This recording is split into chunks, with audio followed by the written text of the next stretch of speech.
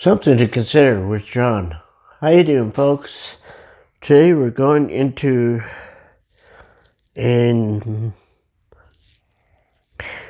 reading from the book of Matthew chapter 1, verses 1 through 17. We're not going to read the entire passage. I'm going to touch on some verses and highlight some of these. This is a passage that talks about the genealogy of Jesus Christ. And I just want to highlight a few of the family members that are in his history that are significant in the sense that we can definitely follow them along to see where they are from. In verse 2 of that passage says, Abraham begotten Isaac, Isaac begotten Jacob, and Jacob has begotten Judah and his brothers. This is significant. This is the beginning of the people of Israel. Abraham was the first one that God promised to have a nation come out of you, followed by his son Isaac, who had two children, Jacob and Esau. Jacob was chosen to take that and follow through with the development of the people of Israel. And Judah was one of his sons, and he would become significant, outstanding in the sense that that's where the family that King David came from, and Jesus, of course. Let's go further down the passage. We come to verse 6. This says there, and Jesse begot David the king, and David the king begotten Solomon.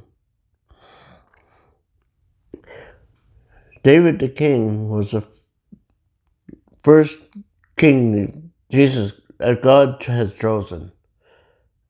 King Saul was their first king, but he was one that was chosen by the people.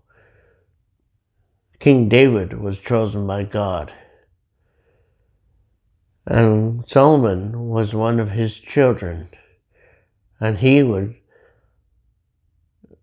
in history, you can sometimes find in old historical books things said about King Solomon outside of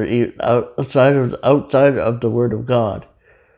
The Bible talks a lot about Solomon. And the thing that is so significant is that that's the next step.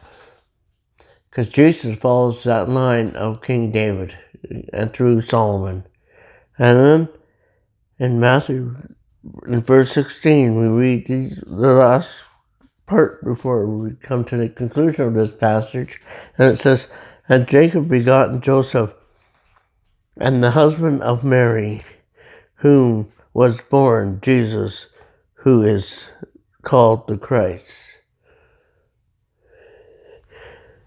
And one thing that to have an understanding of what goes on with Israel is an incredible understanding of ancestry.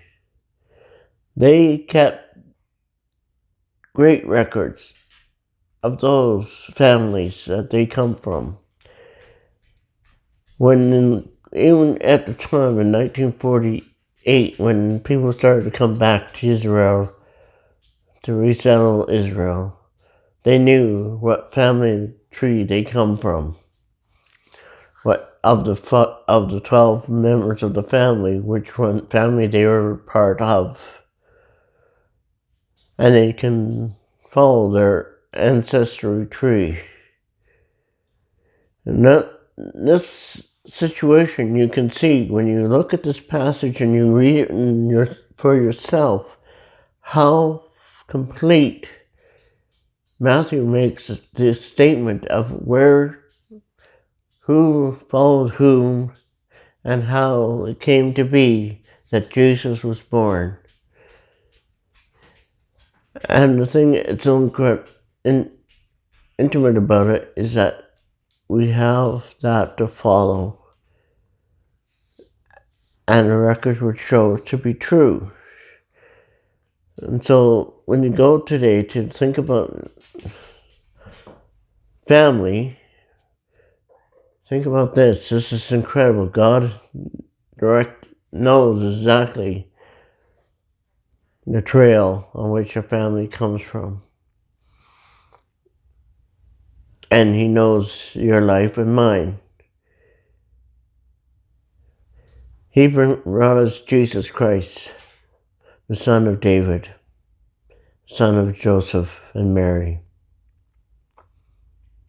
Have a good day. Talk to you tomorrow. Bye-bye.